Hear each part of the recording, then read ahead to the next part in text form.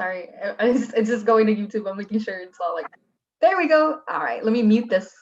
It's so weird to hear us coming from a YouTube page and then our live page. Okay, yay. So we're live on YouTube. So folks can go to our YouTube channel. I'll give you the link right now too if you want to share that with anyone that you'd like to have watch.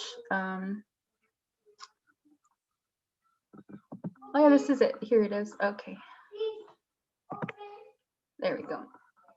So here's the link. I'll just add that in here. Okay. And feel free to use the chat, everyone. I definitely, for all the guests here and the authors, feel free to type your info in the chat and just stay connected. So here's the YouTube live stream link if you want to share. Also, you can share this link so folks can join the Zoom. That's totally fine. But all right. So I'm gonna start recording and gonna reintroduce the show. Okay. All right. Hi everyone. Welcome to the New Author Showcase for December. I'm Jessica with the Los Angeles Poet Society, coming at you all the way from California. We had a little rainstorm not too long ago, so it wasn't sunny, as one would think. Every day is like a sunny day, but it was nice. It was a good thunderstorm. I think we needed it. It was the end of the year thunderstorm shaking us down. But it, beautiful. It was a beautiful day today. Happy to have you all here. The New Author Showcase today, we're featuring the works from James Coates, from Bridget Bianca, and from Paul Evangelisti. They each have new books that have come out this year or at the tail end of last year. And we started this showcase as a call to support authors during quarantine, during COVID times, to be able to reach more folks and share their books and tour. So we're happy to have you here.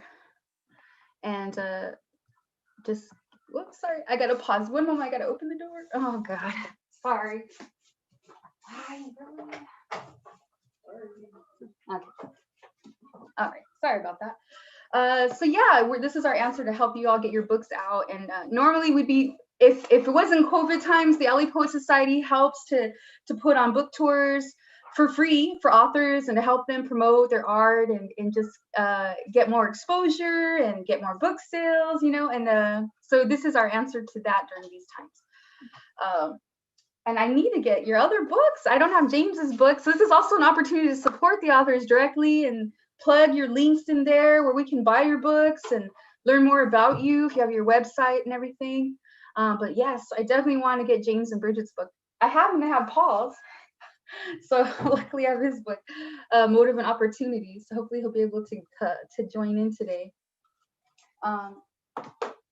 But we're also celebrating Bridget's book, Be Trouble. Yeah. So I can't wait to see that. And that's straight out of LA. Bridget's a Los Angeles poet, Los Angeles, California, South Central, and also a South Central professor. So she's keeping it in the community to like rise up and bring more folks with her, rising up together. And that book was published by the World Stage Press, Writ Large Press, actually. So another small press from Los Angeles. So it's really exciting that they supported your work and published you. Amazing stuff. And we're also here with James, celebrating James' book. Can I see that there? Oh, it's right behind you. Yes. And Mr. Loving Words, Mr. Loving Words on Instagram. So lots of love poetry coming at you. So we're really excited to have everyone here. And the title of James's book is All the Ways You Are Beautiful. So I can't wait to hear from all y'all's books. Wonderful. Oh, is it wonderful? Yeah. All the ways you're wonderful. And you're beautiful. So his book is All the Ways You're Wonderful, and Bridget's book is Be Trouble, and Paul's book is Motive and Opportunity. So I'll take one guest at a time and just kind of go from there. And Typically, I take a couple screenshots throughout the event so we can, share photos. That's how we take pictures these days, right? So screenshots. So don't mind me. Probably won't notice, or I could ask y'all to smile and put your cameras on at the end, But let's get started. Let's get started. So I'm gonna start with my lady, Miss Bridget Bianca. I'm really excited to get to know Bridget. I've been getting to know her a bit more during this year, and I'm surprised that we haven't got to run into each other before this whole quarantine mess. She's also an alum. We went to the same school at different times, but she's also a graduate of Otis College of Art and Design, which is a kind of like a liberal arts college over here in Los Angeles. And she got her master's of fine arts degree in writing. So as did I. So we're sisters. I consider her a sister in that way as well. So I'm really happy to have you here, Bridget, and excited to talk about your book, Be Trouble. So when did it come out exactly? Was it in February? Yeah, so it came out February 15th, so a month before the shutdown this year. So I had a big release, which thankfully was not a super spreader event. I'm so happy. Yeah. And that was like the last time I saw anybody outside of my home was on the day of my book release on 2/15. Oh my gosh. And then you have your title, it's like a slash, right? Be Trouble or B/Trouble. B/Trouble, yeah.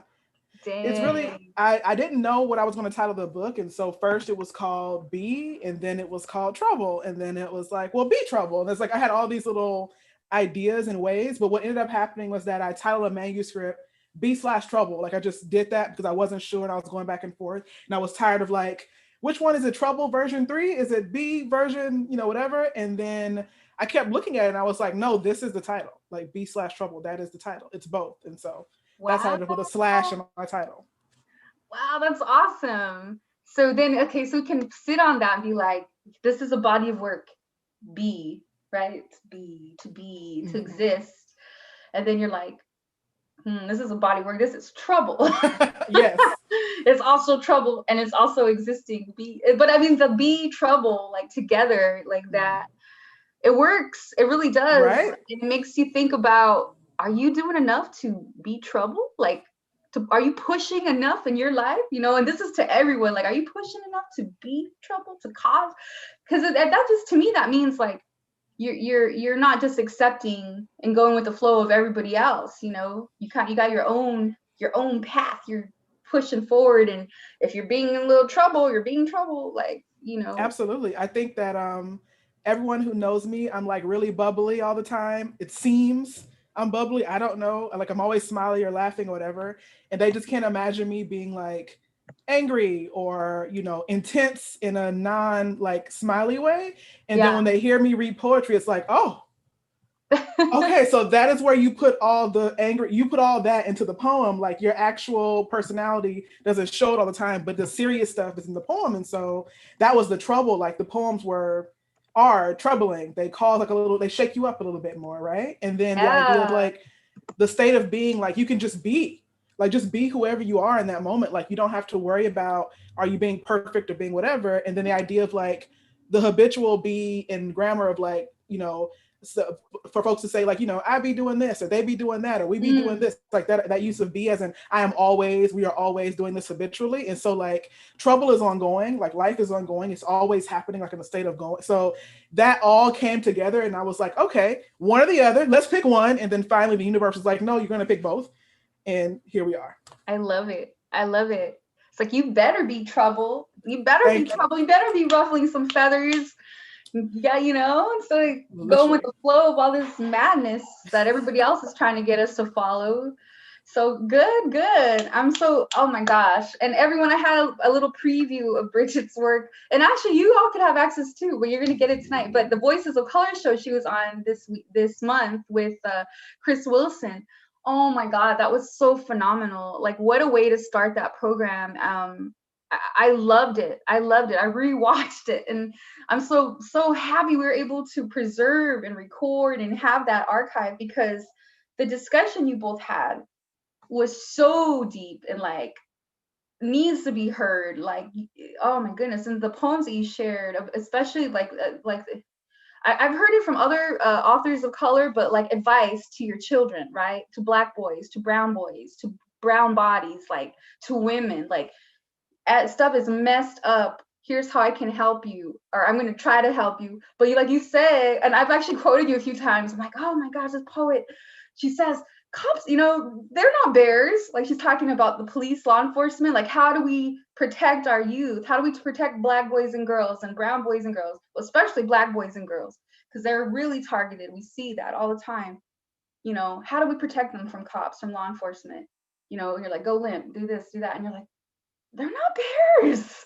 Why do we have to like try to guess what's in their damn mind so that we'll be alive at the end of the day? That's so devastating. And you're so right. Like, damn, why do people need to try and predict, if I do this, I'll be okay. If I do that, oh, well, maybe they're having a bad day. Or maybe they didn't get their donut today. I don't know. It's insanity. It makes you feel like you're like, wait, I thought I was doing the right thing, but it's not. Yeah, No. it is scary because it is life or death. It's life or death. But let me dive back into like, yes. Oh my gosh, I'm so excited to have you here. But clearly, thank you. So let me go through the program. So usually I ask. So the 3 questions I ask are, how did this book come about? Like, what was the process of this book coming to birth, birthing this book for you? What was that process like for you? Well, it started in 2000 and I want to say 17. I hadn't written, and I apologize if you hear sound in the background. There's like a motorcycle going by, but I hadn't written poetry in a number of years. Like after graduating from Otis, I was still there as a teacher. And so I was like, I am teaching, that is it. And Doug Brown invited me to the Sandra Bland series that he hosts called Unfadeable. I started writing poetry for the series. Like I wanted to be able to read something, period. I didn't have anything to read. And so from that point, I started doing more gigs, started just having to write more poems. Like every time a new thing would happen, I'm like, oh, I'm going to be there. I'll write a poem. And so I looked up and I had 7 poems and I was like, oh snap, I have 7 poems. I haven't had 7 poems in a long time. And so literally from that point on, I wrote the book. Like I kept writing and I was like, okay, so I wrote because I had a gig, but also wrote because the poem was on my heart. And then more poems started kind of coming from that. And eventually I had this, bushel of poems and people were like, so when's your book coming out? And I was like, well, let's see. And so I packaged it all together. And then in 2018, a year later, I was at a bar in a bad mood. And I was talking to Chiwan and Judy O from Writ Large Press. And they're like, well, send us your book. Let's see it. And I was like, okay, sure. I'll send you the manuscript. And in that moment, like 30 minutes later, Chiwan, because he's so, he gets me so well. He's like, okay, we're going to publish your book spring 2020. And I was like, you're going to do what? You think it's a book? Like, that was my first question. Like, okay. Oh my God. And so that's how it came to be. Literally just the poems over a year and a half or so. I wrote poetry for the first time in years. And suddenly I had this book of poems. I mean, I had more poems than this. And that's a surprise to me. I cut a whole section out of this book. I was like, well, I don't need that section. So literally I tell folks like, that is not a model I suggest you follow of like walking around holding a bunch of poems on your Google Drive for a long time. But it happened for me that way. And I'm really glad that it happened that way for me, because if I'd had to wait another year to get those poems out of my body, like, I don't know what would have happened. I had to release them, get the trouble out in some kind of way. So that's how the book came together. Oh, wow. That's wonderful. I love it. I love what you're saying. I keep holding on to this. Like, actually, Chiwan, yeah, he's very, yes. Yeah, see, he's like, I know him. We have the same birthday, ironically. He's an astro brother of mine, August 15th. Yep. Very, yeah. Those Leos, man, they can be like, give it to me. Basically. And then I got it. Here's your book. Run with it. Like, okay. Running with that energy. That's what it is. It's like, dang, slow down. No, I can't slow down. That fire's unstoppable sometimes. But I love it. I love it. You literally had to pry it away from you, like, hand it over. But like, oh. I think it's amazing that and I think that's beautiful how the community can come together and be that driving force for us as writers, as artists, to produce. Because a lot of times, and as a teacher, your professor, you know, you're nurturing others, you're nurturing their voices, you're helping them to see their path, whether it be as a writer, as just, you know, as a young person, whatever they're interested in doing, but nurturing them. And so you don't get to like nurture yourself and produce. So it was Doug Brown's show, and I know that at that show, I know he teaches at the high school over there off Venice Boulevard. I forgot the name of it, but Loyola High, right? Oh, yeah, the private school. Yeah, it's like a private school. Yeah, I went there because I also work with the Achucha Press, which is another small press. Yeah, I helped Luis run that press, and we were invited to a literary or social justice literary festival that they had there, and Doug put together, and there was a requiem for Sandra Bland also afterwards. So I wonder if you might have been there that night. I think I might have been. I did do one there. It was very, I don't know if anyone knows. So this is a private, like, Catholic school, and we're like in a sanctuary type space. It was very interesting because of the kind of poetry that I write. And I was like, I don't want to offend any like body in here. It gave me very much like, this is really important. Like, you're offering this to whoever, the ancestors, to God, to, you know, like, you're offering this art to them. It felt very serious. My poem was funny, so thankfully it wasn't too serious, but I had that feeling. Yeah, and I love that that's what brought you out to write, you know, and then all of a sudden this whole manuscript kept coming, you know. I just wrote in the chat, like, this is an incredible book. It's incredible, an incredible book. It really is. Like, everything I've heard you read from there, you know, it's golden, because finally the whole country's eyes and the world's eyes lit up to the racism that is so thick in this country, and it hasn't disappeared. Maybe it's been hidden a bit, but it hasn't disappeared. And the truths you share in your poetry, like, it can be echoed. Like, people are ready to receive it. People are ready to support it. People are ready to take action. So I think it's so important, because it's going to mobilize more and more people. So I'm very, very proud of you for writing it. And you know, it's so incredible that my kid just popped in here. I'm so sorry. Here, let me shoot him. Wait, there's his dad. Get him out here. Perfect audience, kitties. I love it. That's the life of a poet. Here, kiddo. Oh my God. That's the life of a poet. Don't worry, my family's gonna wander in here in like 15 minutes. I'm sure, like, oh, you're on the video. Mama's trying to be professional right now. Don't get out of here. Oy vey. But what I was trying to say is, it's a great time to be received, because people are listening. It's not going to be like, gosh, that's sad, and people put it away. You know, like, it's going to be heard, and, like I said, mobilize folks. So that is a heck of a story, and I love that it took creative community to give you the opportunity or the permission to say, Bridget, it's time for you to write. It's time for you to produce work and you know, have your book. So I'm gonna thank him for that, Douglas Brown. I'm gonna thank him for that, pushing you to be a part of that event, the Sandra Bland event, and then now you have a new baby. I know, it's all his fault. It is all his fault, and it's a good thing. It's a really good thing. So that's great. And then, so how was it working with Writ Large Press? Like, yeah, how was that?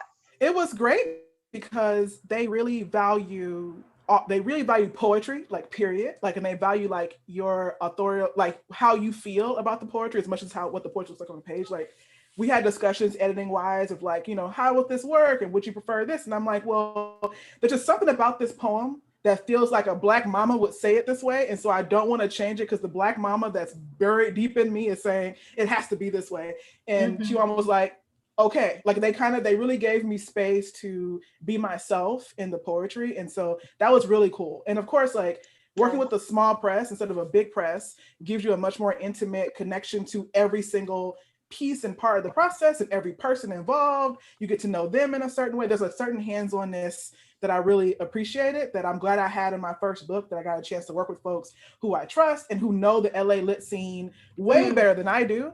And so they were really able to help me, like, find myself in rooms that I probably wouldn't have found myself in before. Oh, good. That's always good when you have a press that's there to have your back. Like, I mean, it's amazing that a press, will publish your work because Right. it takes money to make the book, but the fact that they're there to also help, like, invite you into the community, invite you into the scene, like set up readings for you, and like you said, just to kind of guide the way for the book, not just like, here it is, good luck. Yeah. And some presses are like that. And I think some authors too, they're like, well, you made this book for me, why aren't you doing all the work for me? It's like, you gotta do your due diligence. Unless you bought yourself an agent and all this book manager or whatever, like basically dollar signs, you got to pay people to do these jobs. The poets are, if your book's $10, like, or 15 or 20 bucks, you got to pay off your agent and, all these other hands. So you as a writer, and that's everybody out there, you got to do the work. You got to do it. It's a hustle. It's a hustle, The book being made is definitely your ticket to immortality, right? Yeah, that's our art. That's our legacy. That's the legacy to our lifetime. Like, I tell the kids I teach, I'm like, so have you heard of William Shakespeare? They're like, oh yeah, do y'all, or Edgar Allan Poe? They're like, oh yeah, we know this, we know the Romeo and Juliet, blah blah blah. I'm like, cool, that's great. I'm like, hey, when was he alive? Do you remember when he was born or when he was alive? And they're like, a long time ago. I'm like 1600s or something. They're like, I'm like, how do we still know his name? Through his work, through his art. Exactly. That's how the immortal lives, through our books, through our art, our works. So definitely, to Bridget, to James, and all the authors out there, hustle your book. Don't be ashamed. Don't be afraid to hit up libraries. Don't be afraid to talk to academics and be like, hey, this is a good one for your syllabus, or I want to donate one to your library. I know, actually, speaking of donating to libraries, this year, Hiram Sims, with the World Stage, he started the Sims Library of Poetry. Yeah, that is huge. Big love to Hiram for doing that. I mean, God, I have to make my pilgrimage. I haven't done that yet. I plan to take some pictures. But they are looking for folks to donate books to their collection. So if you haven't done that already and would like to include your book to that library, they especially want books from people of color. So that I can send you that info if that's what you want to do. It's called the Sims Library Poetry. Someone asked where in the chat. So it's I think it's in South Central or Central Los Angeles. Yes, in South LA. They also take donations, just pure donation, to help them purchase books on their own. So if you don't have a book you want to donate, you can also just send them. I think they have a Cash App. I don't know it right now, but they're always looking for more. And it's really cool. I wish I had extra books to send them. I'm down to one single book. And so when I get more books, I'm going to drop off like 4 or 5 with them. I was like, that's a good problem to have. I love it when you're down to this is the last one. I need to read from it. Or yeah, literally. I'm like, I don't have another book. This is the only book that I have. Yeah, that's a good problem. That's a good problem to have. Let's see. So yeah, we talked about the Sims Library. So the other question, is this your first book? Yes. It is. Okay. Yes, it is. My goodness. So this is your first baby. Oh. First one. That's why I'm clutching this single one that I have so Yeah. closely, because I don't have any more proof that I have a book besides this one. So I can't let this one go. No, I know what you mean. It's precious. Seeing your name there and seeing your work just all bound together. It's such a beautiful thing. Good. Well, I'm glad that you ran out. Where can folks buy your book? So it's available on Amazon, Barnes and Noble. I've been sending folks to bookshop.org because purchases from there benefit small booksellers across the nation. And if you want to go to a local bookstore in LA, you can order online from Esalen, also Skylight, Romans, The Last Bookstore, and one more bookstore that's escaping me. I think Chevalier might have some. But I know online is easiest because you have limited stock in the actual stores. Since we're all staying home anyway, you might as well order online from a small bookseller and give them that coin and not Amazon. But if Amazon is your jam, 2-day shipping, yes, have at it.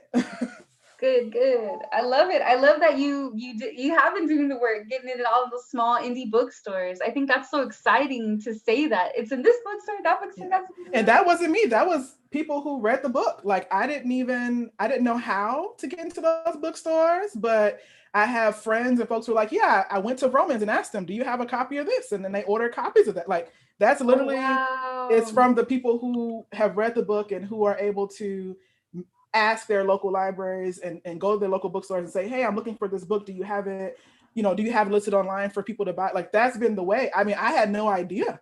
This is my first book, I'm like, Amazon, I don't know. But now to see small booksellers carry it online or in store, it really warms my heart to see it on the shelf of other books. I think that's just amazing. Yeah, that's perfect. That's so exciting. I love that. I love seeing, honestly, one of my favorite things to do around town, well, when we could, was to go into the bookstores, the indie bookstores, and see if I knew any of the authors on the shelf. Yes. That's awesome. I'm really happy and proud of you for having your book, your first book, and for it to be such a success and to have such strong poems and such relevancy to, our culture and our reality these days, right? Definitely everyone check out bookshop.org or check out Estewan, Skylight Books, Romans Bookstore. They could all use the love. Definitely. I would recommend that over Amazon, and they definitely need the love. So Yeah. check out Bridget's book. And let's see. Oh, the last question I have is, what is your advice to new authors, folks that are trying to get their first book together, or that they might have it together and they're looking to publish it? What advice do you have for them? Well, I would say read. Like once you have your book done, your book is finished. Now look at the poetry books that have been released around your book. Like what context will your book be in? So who's publishing right now? Who has a book coming out? What poets do you love?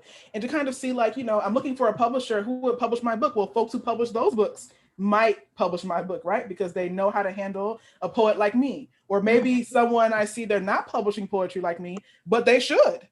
And so maybe I should pitch myself like, hey, you have love poets, but you don't have any social activist poets. How about, you give me a chance? Like, I think that was the biggest step for me is when I stopped writing my book. I was able to read so much stuff and reading a lot of large press books, a lot of books from the accomplices, the folks who published my piece. And I was like, oh, it would fit here. It would fit here actually really well because they publish folks like me. So that's a big piece of advice. And also to take a step back from the book for a second and just like acknowledge that accomplishment of having culled together a group of poems that you call a book. Like, don't wait for the outside advice and people saying it's a book. Like, just you did it. And so celebrate that you did that. Even if you go back and change something or add something, like you did a really great thing. Every single poem was a victory before anyone puts a stamp and says it's published. And then think about self-publishing when there's nothing wrong with that at all, right? Like you control everything, control all of it. It's yours, right? And your friends and your family and folks that love you, they will support. So don't wait for the opportunity, make the opportunity. Yeah, I love it. Make the opportunity. I'm gonna write that and put that in the chat. I gotta quote you. Like honestly, I love what you have to say. Like that other interview, like I was putting on the Instagram, I'm like quoting, I'm like, I love this nugget, I love that nugget, this and that. Oh my God, Bridget, like you're full of wisdom. My goodness. That's wonderful. That is wonderful. And the fact that you're sharing it, like share the wisdom, folks. Not everybody is as smart as you think they are. You want to give them the benefit of the doubt, but hey, look at what happened in this I'm country. like, teach me, please. Tell me what to do. Please help me figure this out. It's no offense. It's like some of us figure out other things faster than others. Some of us, it's just through experience. And other times it's like, you need another set of eyes to show you that there was a red dot here the whole time. Really? I didn't see it. That happens to me too. Like, I'm like, oh, that's why we have people that like revise our work sometimes, look it over, whatever, final drafts, is because sometimes we miss the simplest things. Like, oh yeah, you forgot the quotation. Oh my God, I did. Like it helps. So, that I think that's what community is about. Like we're helping each other, right? The unity of it, community, we're coming together. Yes. And there's no shame in that, enlighten each other. I think that's important. All right. So I'm so excited. I can't wait to get my hands on your book. I'll order from I'll pick. I'm gonna pick Romans. I know that they've been having trouble staying Yeah. afloat, and so I'll get it from them. Yahoo! Thank So you. right, so we got that. Those are my 3 questions. So I want to also let you have the opportunity to read. So you can read a 10-minute excerpt. But before we roll that way, I'm going to ask out to the audience: do you all have a question for Bridget before she shares an excerpt? Yes, please. You can put it in the chat, or if you're shy, you can send me a DM on Instagram. I'll answer there. I'm down. Love it. Yeah. But thank you all for tuning in today. You got a good show coming. I can't wait for James. I don't know where Paul is right now, but when he rolls in here, I know. it's going to be good stuff. Paul is a character. Yeah. He is a character. Yes, I like to call him John Wayne. He's like John Wayne. He's such a character. Oh, you call him John Wayne? Yeah. That's awesome. I'm like, I don't know where he is. Oh, I'm checking my emails and I'm like, I'm putting him on blast. I goofed up last month, so I'm not gonna put him on blast this month. It is meant to be as it is. All right, so it doesn't look well. I'm sure people want to know even more, but they're being shy, I suppose. It's all okay. good. That's why I ask the questions. I try to give a good spread, I guess, of questions here. And all right, so it's all yours. So Bridget Bianca, everyone, from her book Be Trouble. Thank you.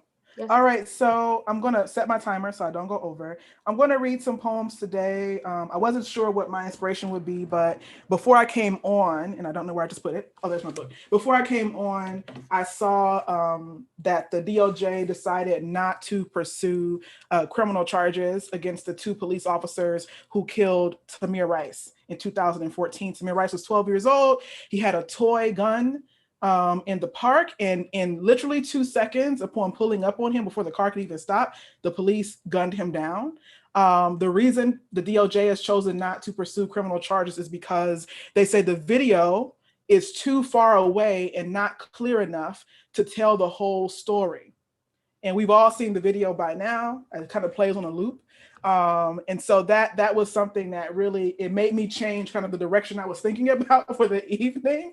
Yeah. And so these poems tonight are dedicated to Tamir Rice and folks like him who have met their unfortunate end or some type of new strange beginning to their lives at the hands of the state. So the first poem here is actually a poem I read a lot, but it fits. And it's called Now I Play Black Mama Crying Over a Dead Son. Now I lay me down to weep, my body next to a body of my body next to my boy. Can I return him to me? I mop his blood with my hands. Can I absorb him? Can I make him over again? If I lie still as he, maybe death will take me, believe me dead instead. Can I cup his face and scream air back into his lungs so he can catch my breath as his breath? Am I not the wind? He is my world. Surely I am just a moon. Surely he is the sun, but he is so cold. Another poem that I follow that one up with is called Give Us This Day, Death is Our Daily Bread. And it's about a young man who was murdered just outside of my home, outside of the window that I'm sitting at right now, due to street violence in front of my father and my family. Joshua Williams was murdered in front of my home 3 days before Father's Day. I was on my way to buy my father a gift. I wonder if Joshua had a daughter. I wonder if she made him a colorful construction paper tie like I once made for my father. Joshua Williams was murdered in front of my father. He was tending the garden, my father. I heard Joshua had a gun. Maybe it was in his waistband. Maybe it was in the pocket of his hoodie. Maybe it was just the other boys shooting. I'm not sure. I wasn't there. I just smelled his insides splashed across the outsides. I passed his sneaker in the street.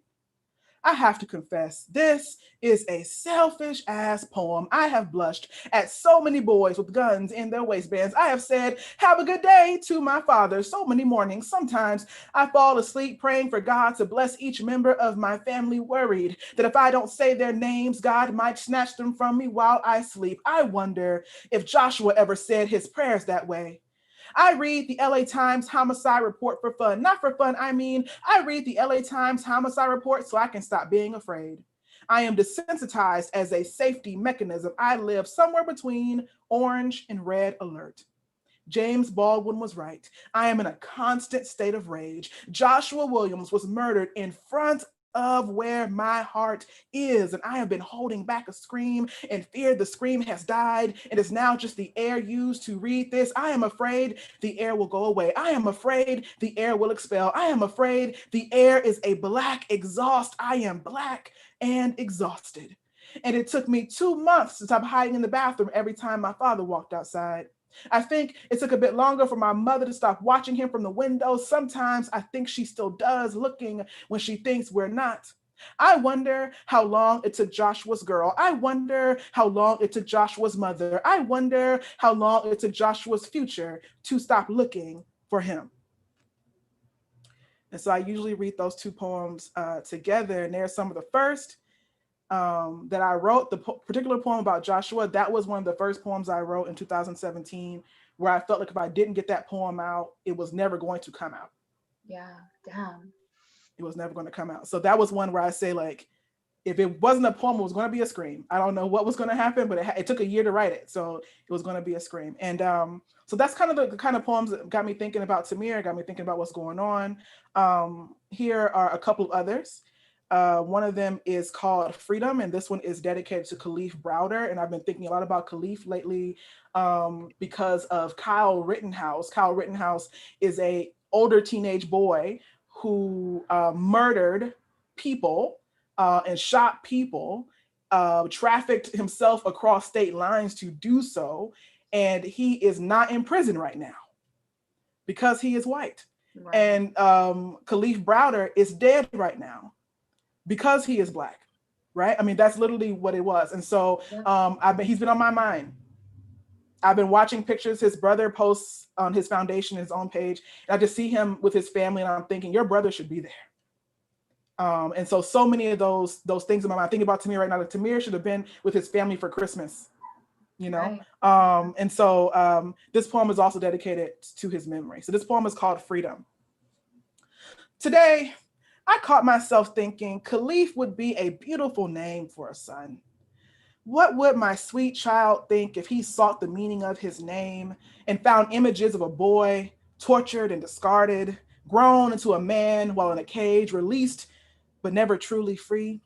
I would tell him his namesake was a warrior, courageous as they come, and he lost his life in a battle he did not pick, on a field already slick with his blood. A casualty in a war he was never meant to win, but he fought anyway, and we fight for him still. Another poem, I call these like my mini eulogies, honestly. It's called What Have They Done? And I wrote this poem after the death of a young man named Anthony Hill. He died maybe a couple years before, and his girlfriend's name was Bridget, and I followed her on Instagram because she had really pretty hair. And I was like, oh, she's very pretty. I'm going to follow her and get my hair like to do something like that, like this other Bridget. And then when he died, and I saw his face in the news, I'm like, I know this kid. I know him, right? And I didn't know him, of course. I just knew him from her pictures as her boyfriend. And it felt like, I mean, I did know him. You know, it felt like he was somebody that I knew, and I felt so hurt by his case. And so that stayed with me for a long time. And thankfully, these poems again gave me a chance to let it be a poem and not a scream. Sometimes it still kind of is a scream, but in this case, it's a poem. It's called What Have They Done? I know he was 16. I know he was 18. I know he was 44, and now he is not.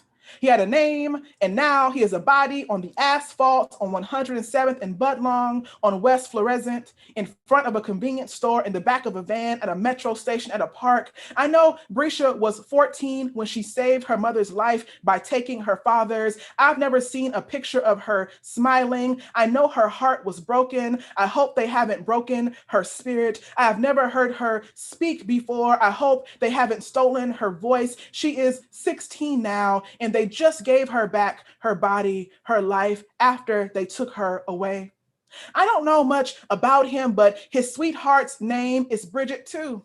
I followed her on Instagram because her hair was pretty, and when his death appeared on the news, he looked so familiar. He left this world the same way he came in, naked and confused. No one can explain where he hid his weapon, but I know they saw it in his skin. They said Anthony had bipolar disorder, but he was not mentally ill enough to take to Burger King for a Whopper, or to call a sweet boy, or to call an all-American kid, or to tackle to the ground, or to pepper spray or tase. I didn't know much about him, but out of respect for him, I will never stand for their anthem. He was a veteran.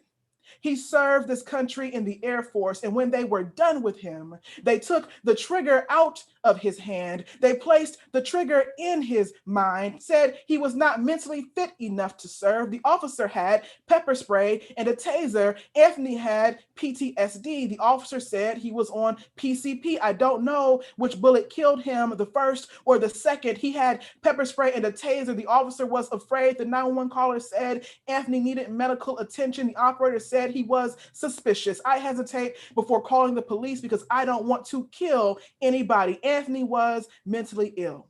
He didn't know that was white people shit.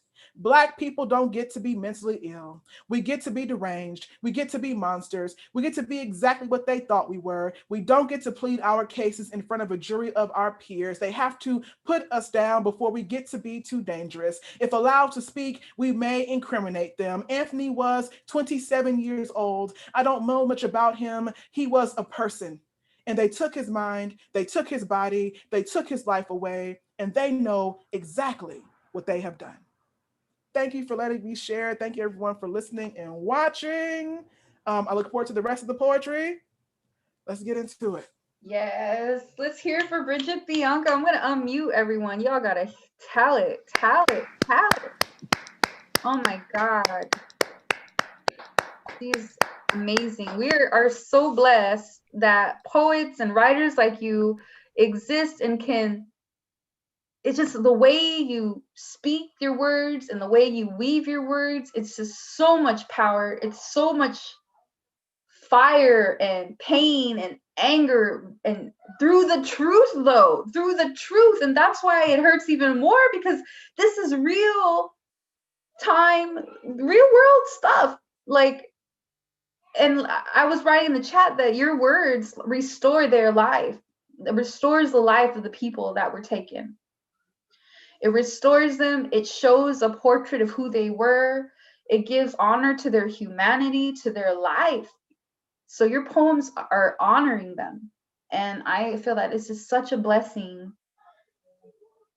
because it's so horrific how Black people are treated. It's inhuman. And it is a blessing that someone like you, your voice is so powerful and so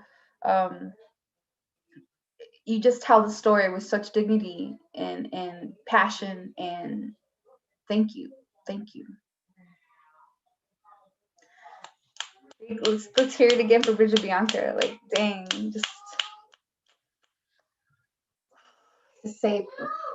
just praying that this ends, the attack on Black people just ends already. We see that a lot of our country, men and women in the United States, want that. They want equality and peace and just let people be. And it is a United States thing. I've been abroad and Black people are not treated like that. A Black person in France is just a Black person. Like, it's nothing different. Not like, oh, heightened alert or something, or whatever kind of bull that, it's just they're people. We're just different shades of people. That's it. It's simple humans. That's it. And then just coming back to the US after being abroad like that, you see that super difference, and it's painful. It's so painful. Like our brothers and sisters, we live in this country, we don't deserve it. They don't deserve that, you know. And that's why your words are so powerful. And like, I'm so proud that Chiwan took your book and was like, you know, he saw the urgency in those words and the power that they hold, you know. So I'm gonna write him a thank you thank you letter, and a thank you to F. Douglas Brown too for lighting the fire. Beautiful. That was awesome.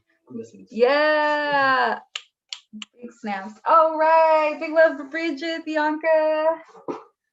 I can't wait to hear more work of yours. And this is your first baby and you're a young lady. So imagine, oh my goodness, Bridget's words are gonna be amplified as you know, as years go on. So she's here and she's powerful, y'all. So such a beautiful, oh my God. Proud of you. Oh, I love your work. Okay. Let's bring up James. Let's hear from James Coates. Yes. All right. So let me switch my view back to the gallery. Let me take another picture of everyone. Hello, everybody. It's like, yeah. And so yay. All right. So our next guest, and thank you for joining and being flexible, James. I have a lot of love for you. You're such a sweet and patient person. I've been in workshops with James for a couple months now, and so I feel like I'm really getting some of his personality and everything. And another exquisite writer here. And honestly, the Mr. Loving Words, I know that I keep saying that's your handle, but like I feel that from you, that you are that person. So I can't wait to dive in here and get more info. And I got a new coffee, so Mr. Guidance has delivered another coffee to me. Just keep a little more pep in my step.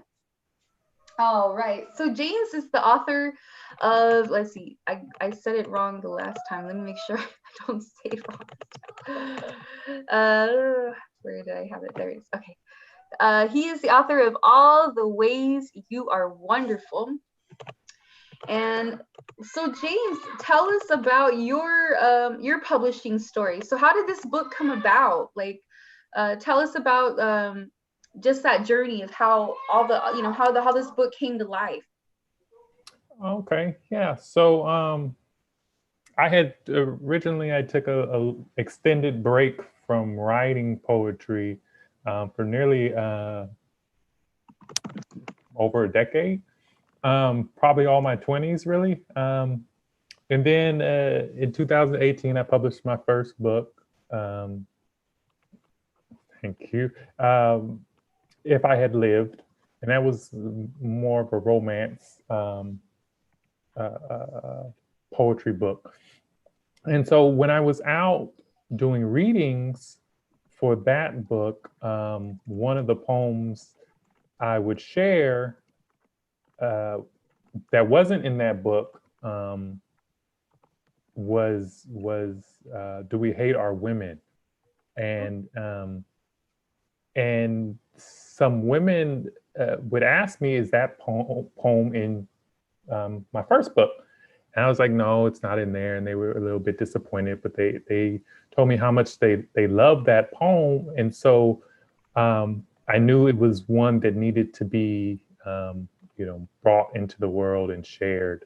And so that was initially the start of All the Ways You Are Wonderful. Was these poems I had wrote that were inspired by women or to women. And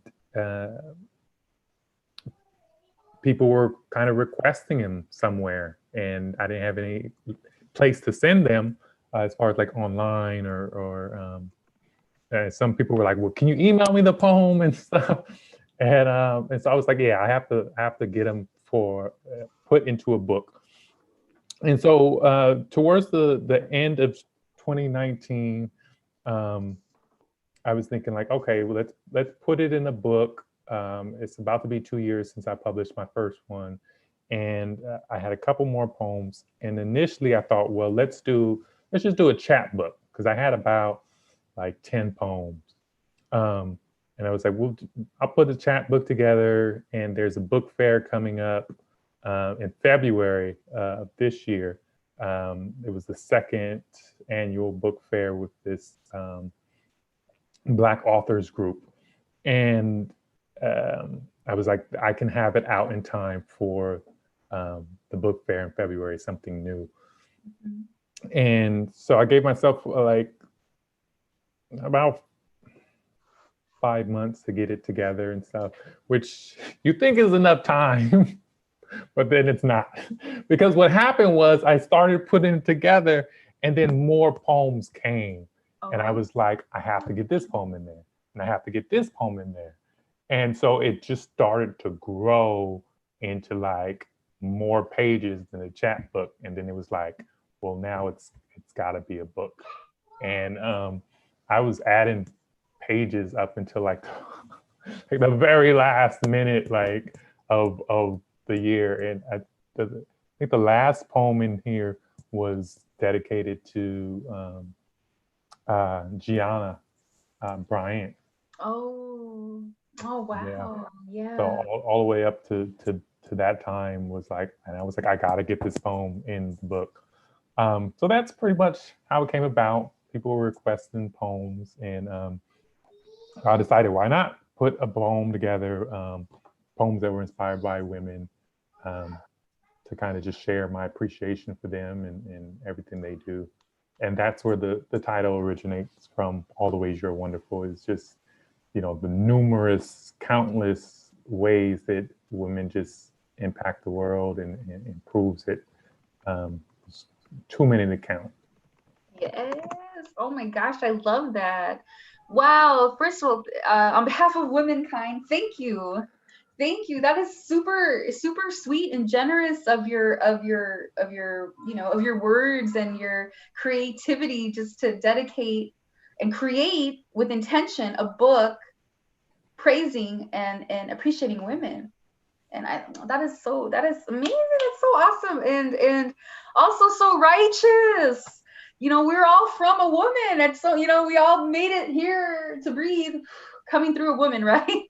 Going through a woman. So I think that is a remarkable thing, that you're honoring women as who, you know, individuals of who they are, but also as the entity, as of the woman, right? And I think that is super special, especially to be acknowledged, you know, from men.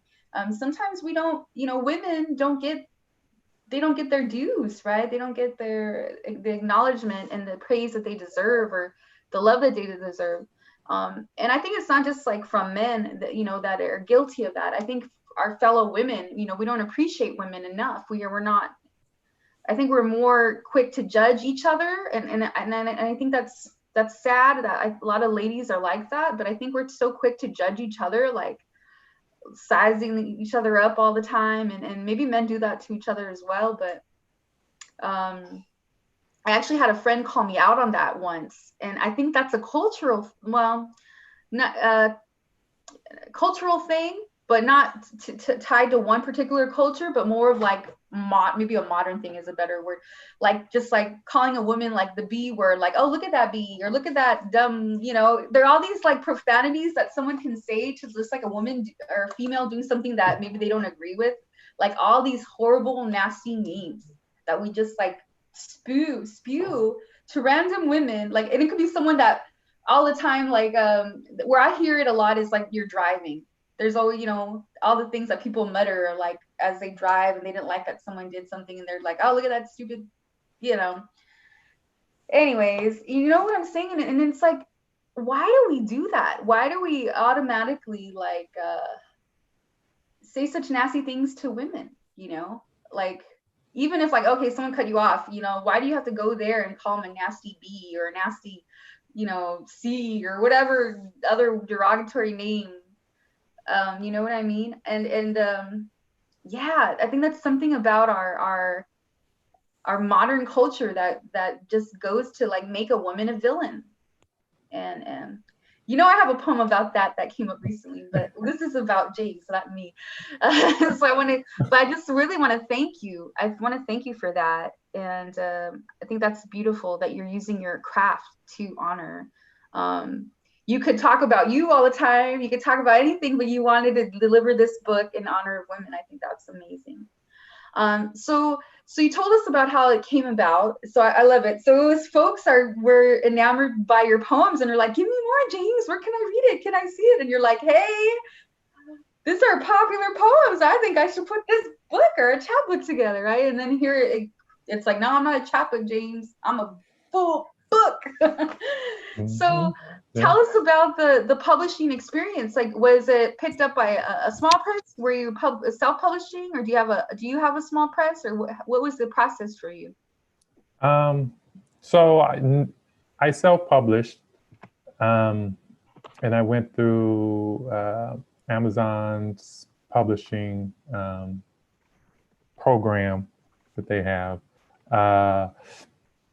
I did think about, my first two books are self-published. I did think about going through a press, and I did talk with some presses just about the process and what that looks like and what kind of support I could get.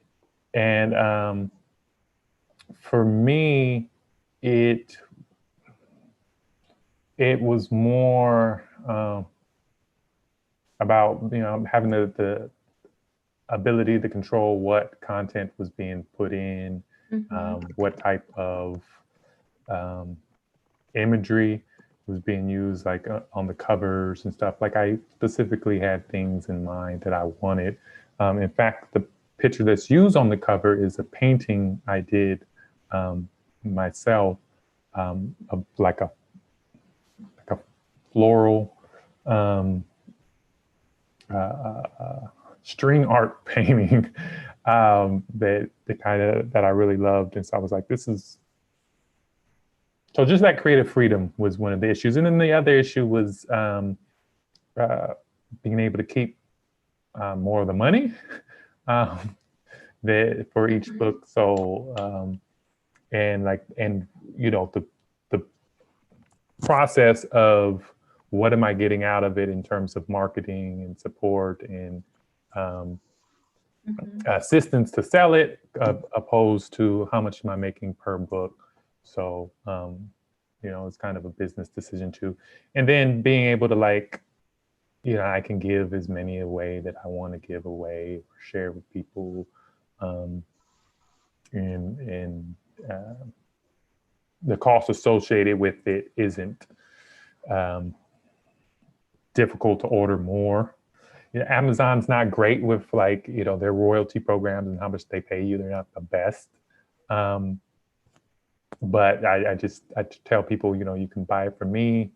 And then, you know, usually it's in person at an event or something, a book fair, something like that. So, but overall, yeah, it's the graphics part and the formatting part, that wasn't very difficult. I have experience with that. So some of the challenges that new authors would face, as far as like not sure how to do certain things, that wasn't that difficult for me to figure out. That's great. That's great. Would you be able, I'm just saying from a standpoint of someone that's never done it before, like, are you comfortable enough or pro enough to be able to, like, navigate folks on how to do it and kind of have like a workshop about that type of topic? Well, he knows me. He knows me. It's like, so there's like two things. Like, depends on how you want to do it. So Amazon makes it really easy because you just convert a Word document in their program, and it gives you the PDF, and they take that PDF and they make the book out of it. Now, if you're going to use like a different formatting program, like an InDesign, like Adobe InDesign or Quark to lay that out, and then to like ship the final manuscript to a press, yeah, I probably want to do that myself. Just because I wouldn't want to mess things up. I probably could. It's just more work. No, I'm just asking. I'm not. Yeah, I mean, I totally for the Amazon process because it's not that challenging. But yeah. Is it very expensive to self-publish or publish through like an Amazon? Is it blurb.com? I think that's who they I think they acquired. I think it was Blurb. Wait, were Blurb or? CreateSpace was initially CreateSpace, the that's first right. one I went with for my first book, and then CreateSpace was purchased or like converted right. to Amazon Publishing. Right. Yeah. So Is it? yeah, it's pretty simple. Is it Or you meant costs? Yeah, the cost. Is it more reasonable? Because I'm not sure what the costs are, but is it like based on quantity? Like you buy more, or you make more, it's cheaper to produce, or is it like that or? Yeah, so like putting it together and getting the book isn't they don't charge you for that. If you order the books from them, they once it's done, they'll charge you for that a couple dollars, $2, $3, depending on if you have how thick your book is, what you have color in it, like it all just the sizing of it, and then you can order it from them. And then the other part is when you're selling through them, they're handling the distribution process, they're handling the point of sales process. They take a larger chunk, and then you get paid like the royalties at the end of the month for each book. So instead of like if you're charging $15 for a book, then you might get $5.50, $6 from Amazon for each sale of the book. Oh wow. Okay. Yeah. So it's better to let them make it for you, but just get it up, like buy them all up front, so you can just do that point of sale yourself. Right. It's just some people prefer their 2-day shipping or going directly to Amazon. Yeah, it's less work to do, but you get less cash for it. Yeah. So I mean, y'all gotta be hustling. That's what I'm saying. Hustle your own books, y'all. You gotta do it. Cut out the middlemen or women. Like, just be the marketing tool. Be the person that books you, on these different programs, or be the agent. And and like Bridget said, my first book, it made it into the bookstore because some people requested it to be in the bookstore, and so the bookstore contacted me and was like, "Hey, can we put your book on the shelf? Do you have some for us?" And so we negotiated, signed a contract for what they were going to pay per book, and then it was on the shelf, and I felt so like official, I guess. Yeah, like being able to I was gonna say it's probably like one of the best feelings. Yeah, having family be able to walk into like a bookstore and see you there, and it was out in Pomona, and I went to school in Pomona, so it's like it felt like kind of I arrived. I'm officially an author, poet. Was it the Cafe Con Libros or over in 2nd Street? That place is awesome. Yeah, there's like a whole art scene that was blooming over there in Old Town Pomona. Yeah. That was fun. Very That's so supportive. Great. I'm so happy that you had your book in the bookstore, and does feel official, like author, like creator, right? We're creative writers. You wrote the book, published book on shelf for others to buy. Book to be distributed, to be immortal, right? That's how it all starts. You all plant your seed, and you're sharing it, and that's the beautiful thing. It's so exciting. Congratulations for having your book in the bookstore. When is this one going to get in those on the bookstores? So so I was planning the official, because like this I think came out like February 20th or around there. So then my official book release was supposed to be in March, and then COVID happened. And so it was like the bookstore got closed and Right. events got canceled. Yeah. So I never had the opportunity to, have the whole book released for it. So I really appreciate this event and being able to let people know about it. Yes, all the ways you are wonderful. We're seeing it. I mean, it's right here behind James, everyone. It's the pink book right behind him on the top shelf. That's his book right there. Yeah, we're really honored to have you here. And and this is exactly what it's for, to share your story, show off your book, let folks know where they can get it, so they can order it. They can order it from you, right? Would you prefer order that? it from me, and it's also on Amazon. If you type in like my name, you got to put Mr. before, apparently, because I put it in the names when I was filling out my stuff. So you got to put the Mr. part, or it might have a hard time following me if you put my name in there. But you can type all the ways you are wonderful, and it'll pop up, or you can email me or DM me on Instagram. Okay. I can ship it out to you. Yeah. And I guess you can pop that info in the chat. I was gonna say, what is that? And I'll type it, but you can pop it in there. Definitely, support Thank you, Bridget. the authors. And okay. Oh, she found it. Perfect. And both of you had your babies in February. So I'm happy here in December we can receive them. Bambino, you're alive. Spank it on the butt and buy it. Everybody buy these books. But wow, that's awesome. I love that that you were not afraid to self-publish and take it into your own hands. Like, this was your second go around self-publishing with Create Space. And so how's everything been going? Like, how's that platform worked very well for folks to be able to get your books? And yeah, well, it's almost 2 decades. Like, I wanted to publish a book when I was in high school. Like, my senior year, I took creative writing as my English. And that was when, I first had the opportunity to hear people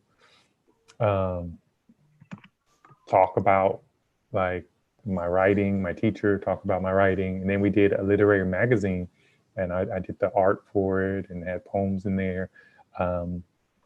And it was something people around school like knew, like, okay, he writes poetry, which wasn't cool back then to a lot of people. And so like like, I took publishing classes a little, like in high school, like community publishing, not high school, in college, community publishing classes to learn, like, how do I get this out? And so it took a long time for it to finally, become a book. Yeah. I'm sorry. I know you asked a different question. No, it's okay. Yeah, I was just saying, if you've had success. I mean, you made the second book, so I guess it was. I mean, I just want to be like, Jessica, it was probably successful because you made another book. But yeah, yes, I feel like it's as far as sales, the first book definitely more, just from the process of going to more events and doing more, but return on investment, it pans out to be worth it. The creative process and going through the thing of creating something tangible, something that my nieces and nephews can pick up and hold and tell friends about, and family can go over my mom's house, my brother's house, and see like it displayed on the shelf and be like, when people ask about it, they can be like, yeah, that's my brother's book. And they're like, oh, I want to get it. We buy it. Definitely friends support, and it's like, I want to read it. I want to hear about it. So just the process of creating something and birthing it into the world for people, I feel like is worth, all the struggle that goes into creating it. And even I was having this conversation with someone today, and it was about like if we don't write our stories, then who will? Right.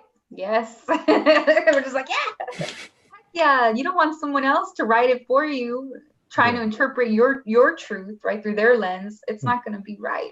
Yeah, because sometimes we worry about like, is it going to be successful? Will anyone buy it? And it's like, if you don't put it together, then no one will ever hear it. No one will ever buy it. So at least give them the option. Yes, definitely. Make it, birth it, let it be available, let people touch it and see it and feel it and interact with it, receive it. Definitely. I'm so excited. I'm really excited to hear from your reading too. But I have one more question, and you did touch on it a little bit, but we're gonna just go a little deeper. So the same question I asked Bridget, what is your advice to upcoming authors, folks that have the work together, or that's like, hey, I want to be a published author, published writer. What advice do you have for them? Really, that's a good one. Advice for them. Read every day, write every day. Bridget said. She's like, read stuff around you. Yeah, I mean that's a CLI motto, right? But it is true. I do love reading. I'm in like 2 different book clubs. I do try to read every day, and write every day, even when I wasn't working on my current manuscript. That was still a goal to do at least 30 minutes of each every day. And that's not only how you get better, but you get to understand who you are as a writer, where you fit in, the type of writing or poetry you're into, who like influences you and inspires you. I'm really narrative in my poems. I'm all about the stories we tell and how we experience those stories. And how they make people feel. So definitely read and write. And then what's your goal? What do you want to accomplish through it? Because if you're looking to do something academically, then you really want to find a publisher and go through one so you can put that down on resumes and credential stuff. Or if you just want to bring it into the world so that people have an opportunity to read it, then self-publishing might be a better route. Yeah, I love it. It's like be a well-rounded writer. Like read others, receive the work, understand. I mean, honestly, through sharing, I mean, we go to we host LA Poet Society. We have lots of open mics. We hear lots of different truths, lots of narratives, lots of stories, lots of just perceptions.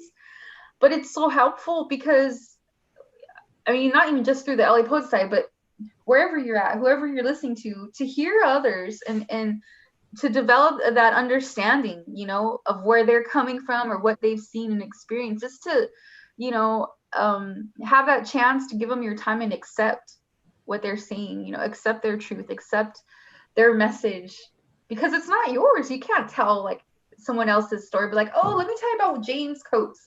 So he was born and lived, I'm gonna make up all this BS, and be like, that's not the way it goes. That's not righteous. We all have our unique voice. We have our stories, our experiences and stuff. And I think the more that we tell and the more that folks listen, that helps break down walls and barriers that we have, to each other, and helps us just accept each other and understand, it's the lens in, into everyone, to your life, to your life, to her life, to his life, So Yeah, Yeah, I love that advice, for folks to read and listen and I mean, I feel like that's the complete writer's life, you know?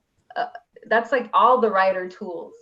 You write and you have your pen and paper, but you also read what's been done before, read what's happening at the same time of your time, your contemporary time, and just to make you a more well-rounded author, writer, just I you think mentioned I think influences. there's if there's one more thing that's really important in that process is community, like getting out there and creating relationships and Yeah. performing and going to bookstores and going to open mics and taking workshops with people, because who are you going to sell your stuff to? Who Yep. are you going to perform? Like, if you could write the best book, but if you don't have community to support and to help get you out there and you know events like this, or just open mics and stuff, then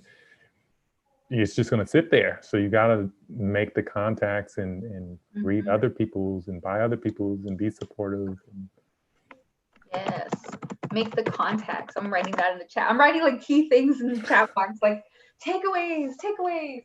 Uh, no, I think that's wonderful. I know as an author, as a writer, when we create something, the first ones to embrace us are usually that inner circle, right? Like you said, the aunts, uncles, family members are like, you have a book, of course they want to support. They're like, my nephew's famous, they got a book.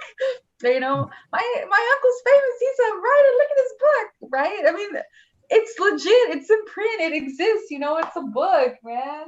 It can be shared and passed around and replicated, and that immortality, that's what happens. But once it's outside of that inner circle, and you're saying make the contacts, be in community, by going to different creative communities, hubs, or like different beehives of different creatives around the world, you're sharing a piece of you, and kind of also like baiting, right? You're like, here's my poem. Oh, you want it? You gotta get my book. Gotta get my book, right?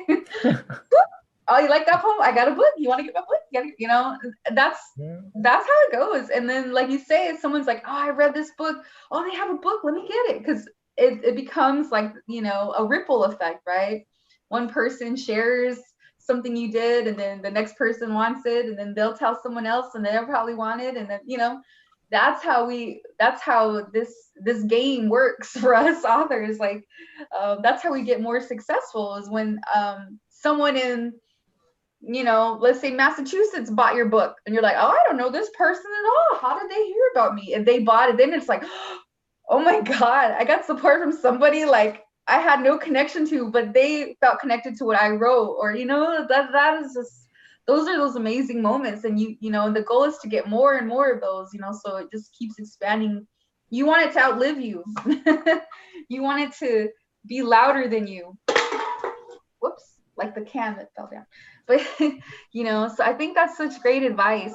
And I love that we have two different authors. We have the small press, we have the self-publishing. And yeah, there's no shame in self-publishing, folks. There really isn't. It's all up to you how successful your book becomes, because your book can be published from like a superior small press or large press, or, well, let's just say small press. Those Penguin and Random House, those, I don't know, reach for them. Not saying don't try, but folks that get published through a small press, or where they don't have to pay, someone else just wants to do it. You still got to hustle that book. Lots of books flatline because authors think, well, my press, they published it for me, and they're either shy to mention that they have a book for sale because they don't want to ask, like, hey, buy my book. And it's just like, you got to do that. You got to be okay with that, because that's how your name and your work gets known. Like, again, it can't just be like, I have a stack of books, my copies, and they're just here on my shelf. Like, you hold the life, the lifeblood, or the lifeline of your book in your hands. Yeah, and that's to everybody. I'm just, you got to do that work.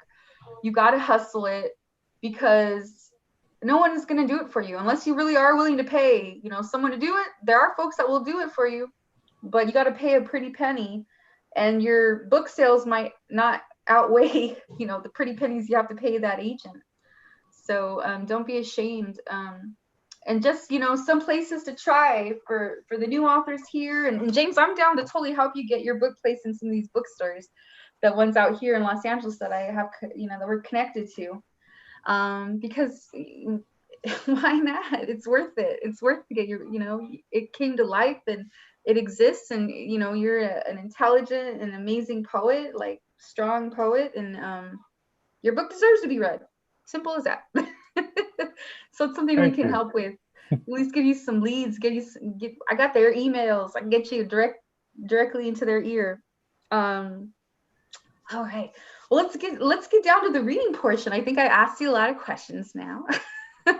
But yeah, we get to know you. We got to know you, even more, and your process, your creative process as well.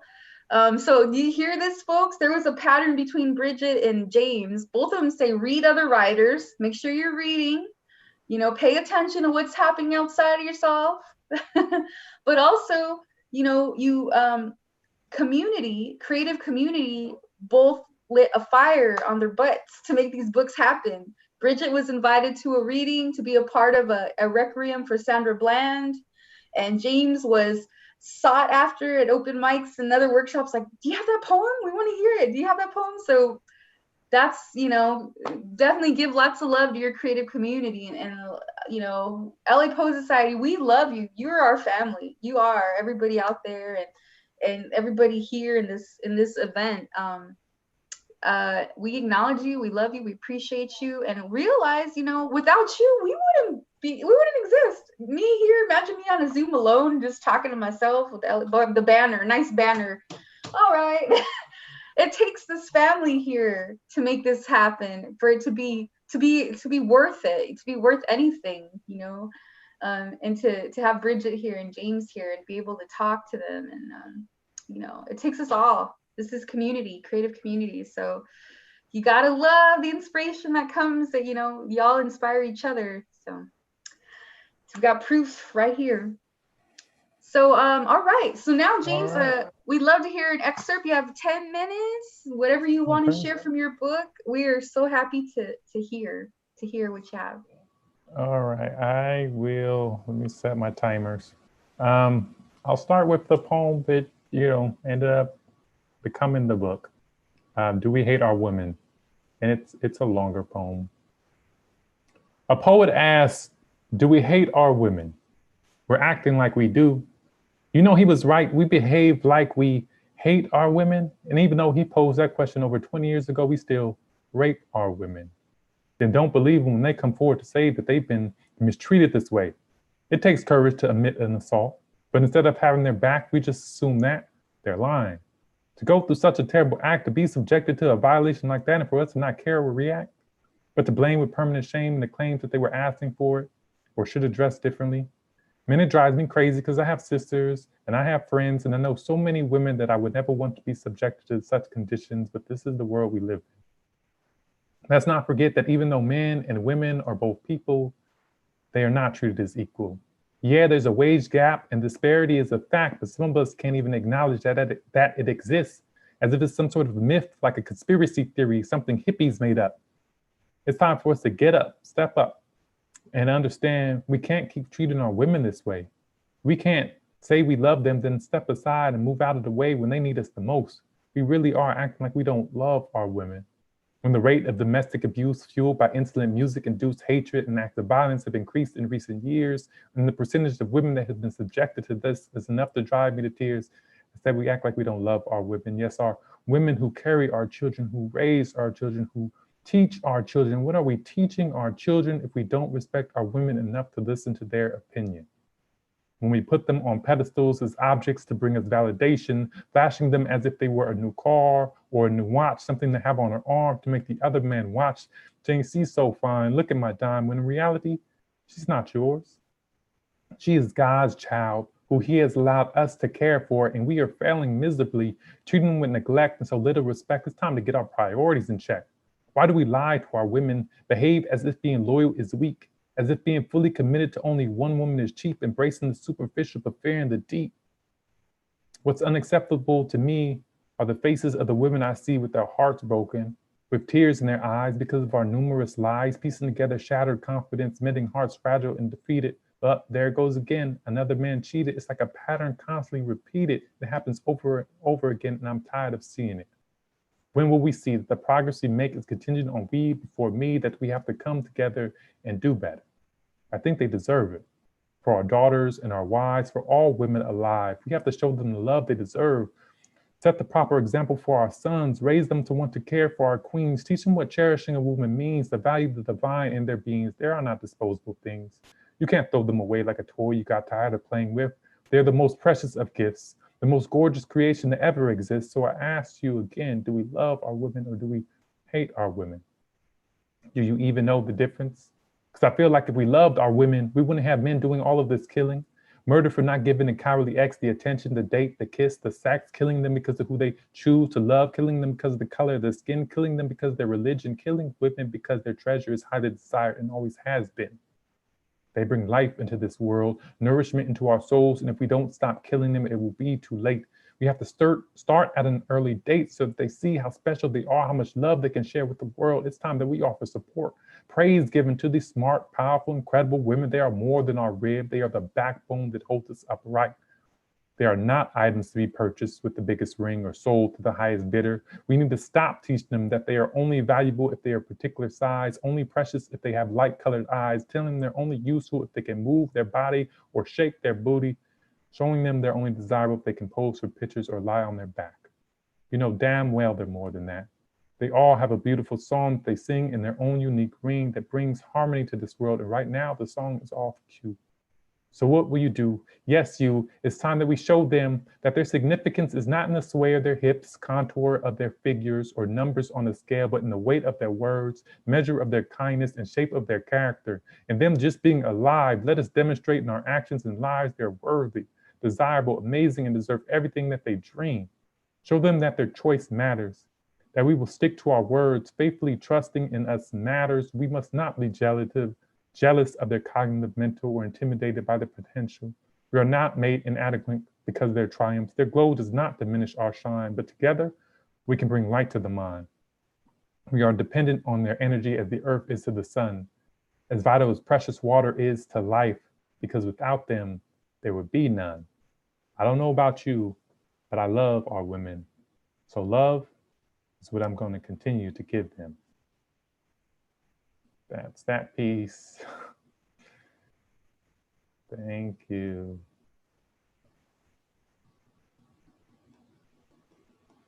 So this next one is titled Missing Voices, and it is about the large number of Black women that go missing in the United States. And it's not just Black women, it's also Indigenous Native American women that go missing as well. Where have they gone? Have you seen them? Every day I see we are losing more, disappearing at a rate detrimental to our well-being. We can't live without the work they do. They bring life and spring, blossoms and light, the bees that pollinate human beings to brightness. I see some dying, even more murdered. We should be protecting them. Why are we neglecting them? I haven't forgotten you, even if you may be missing. You should be on the list of endangered species the way you are hunted. Try and figure a way out of a past still haunted. No safe place left to hide. Said you'd be okay, but they lied. Some are lost. Most are being lost. Where could the rest be going? The truth is too hurtful to think about. Ignorance is better than knowing. They only find value in you when used for spare parts. Remnants of days old, bodies bought and sold on the black market. 1619, still a black market. The fuse has been burning for 100 years. I didn't spark it. Skin painted with the target. Advancement too lethargic. Can you hear their cries?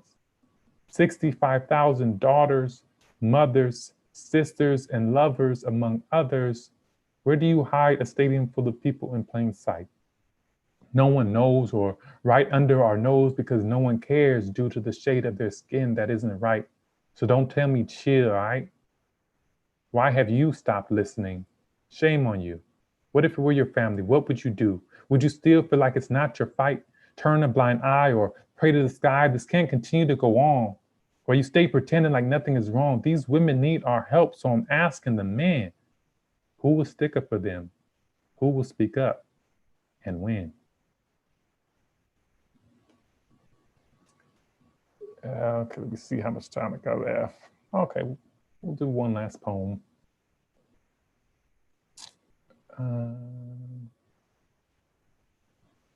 What poem do I want to do?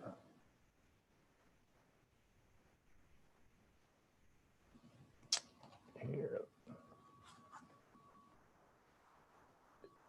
We'll do Wonderful Woman. In just sweats and a ponytail, she was Godzilla, destroying false constructs like papier-mâché buildings, damaging critics' sensibilities. They scrunched their face like a sour entree just assaulted their delicate palates. How dare a woman be this confident, this intelligent, this unapologetically self-aware? It threatened their ego, challenged their masculinity. She needed nothing from them, wanted no things from them, vibrating enough positive light to fill her glass and theirs. That made her dangerous. For other women could be inspired to carry themselves with such divinity and act with such sincerity.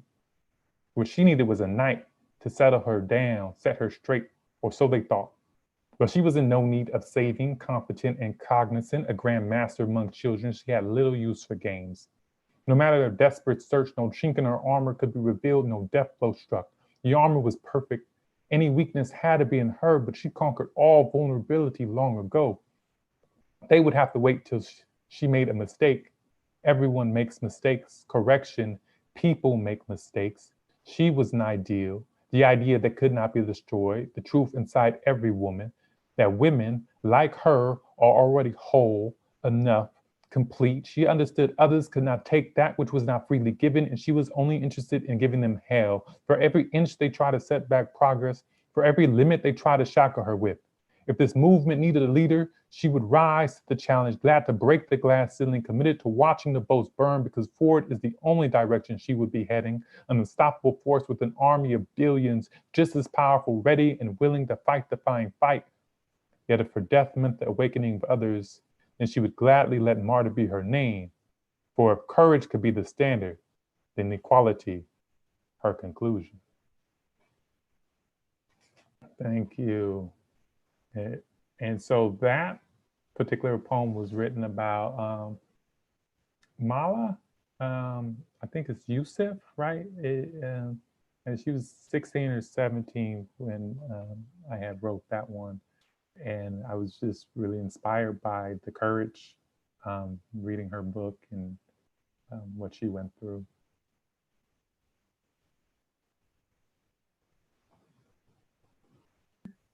Super. Oh my gosh, that was so incredible, James.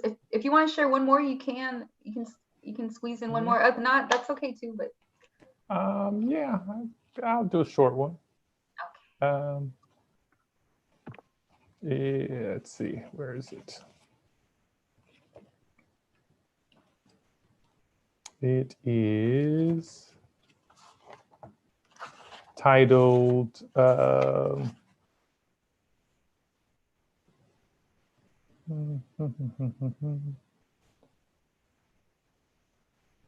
She Was. Let's see, page 10. When everything in life was heavy, she stood out because she was light, different from everything around. Full-bodied, rich and airy, she floated as on wings of an angel. She glided through a room untouchable, yet comely, sovereign but natural, wearing a smile of elegance that made other women's adornments appear basic. There was strength in every step, grace in all of her movements. Her I don't know what confidently knew exactly why. Some could only stare, while others would not dare out of reverence or maybe fear that the direct line of sight might cause them to combust right there. Cowards, but not me. I held her eye contact even as my body became scorching, my own thoughts betraying me, petitioning for me to look away. One day, 1 month, 1 year passed in an instant as time folded in on itself. Still, I would not break. I was worthy. She was worth it. And for that split second, our souls danced together. A lifetime worth of tangos, beautiful and free. Then she was gone. And I, once again, heavy, heavy, heavy.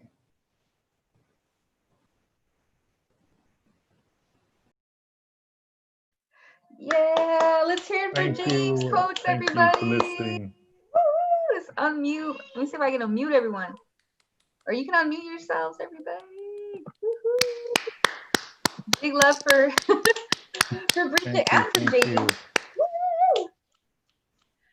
That was amazing, James. I love it. I feel like, oh my gosh, you know, I'm always an idea. I'm a light bulb. It's like always like, I got an idea.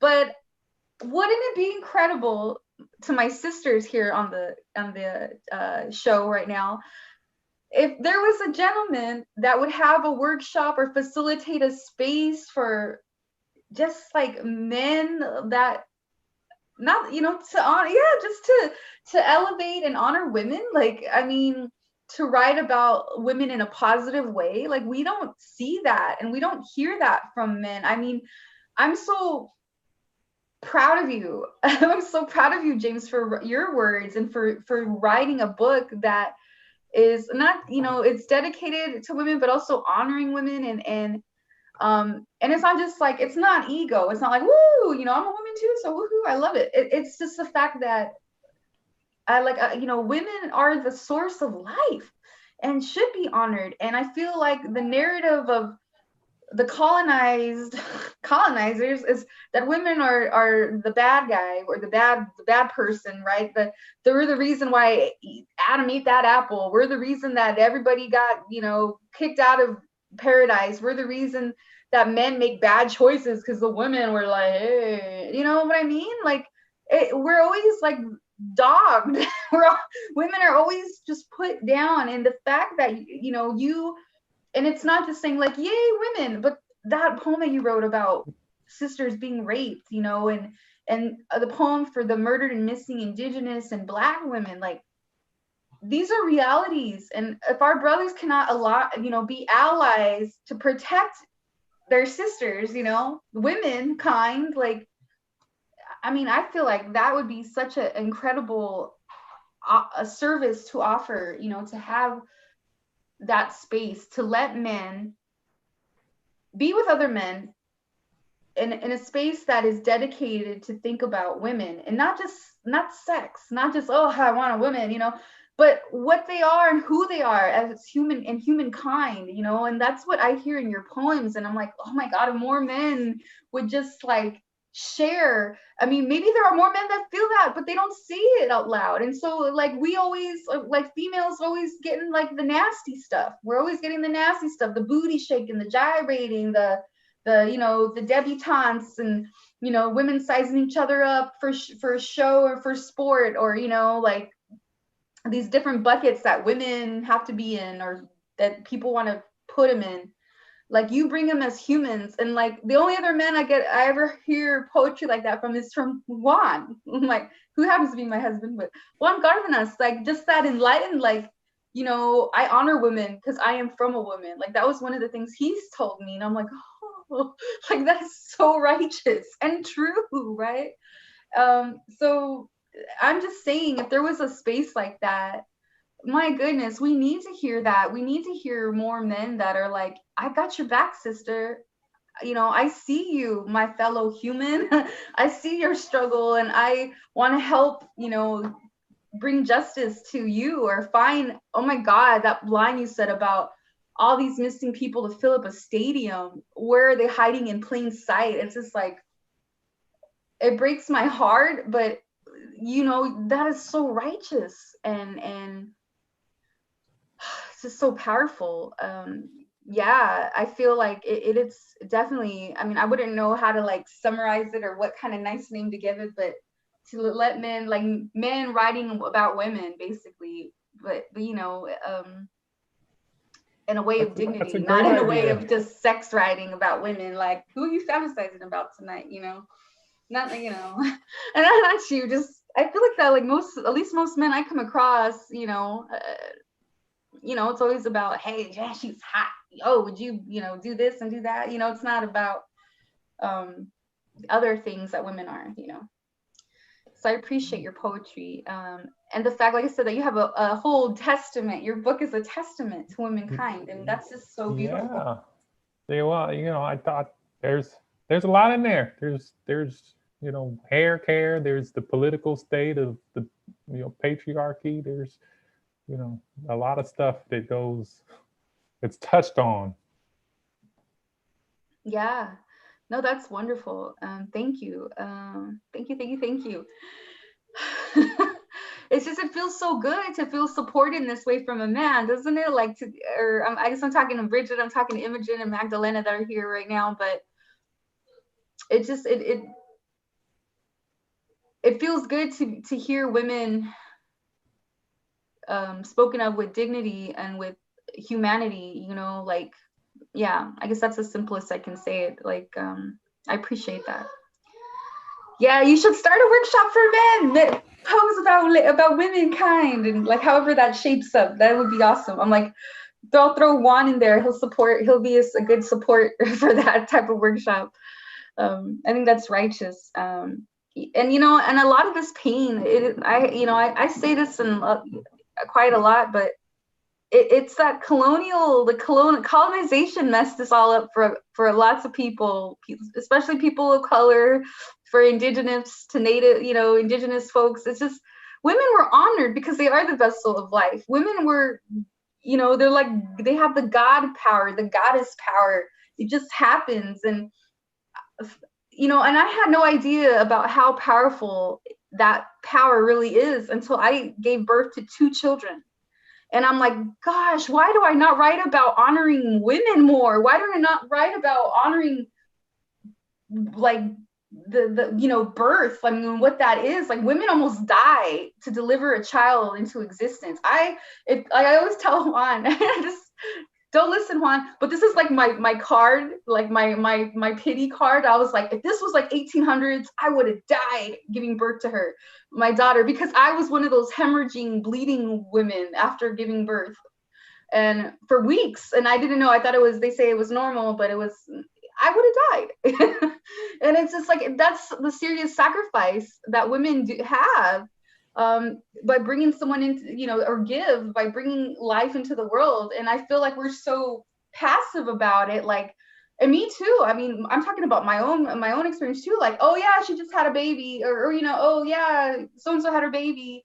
And we talk about so easy, like it was so easy to have that baby, like there's so much that goes into it, where when you're on that bed, or you're the partner seeing your lady on that bed, that birth bed, it is like, you're scared that she will die. You're scared that something can go wrong. You're scared that both the baby and the mom could die. Like, there's just so much in that.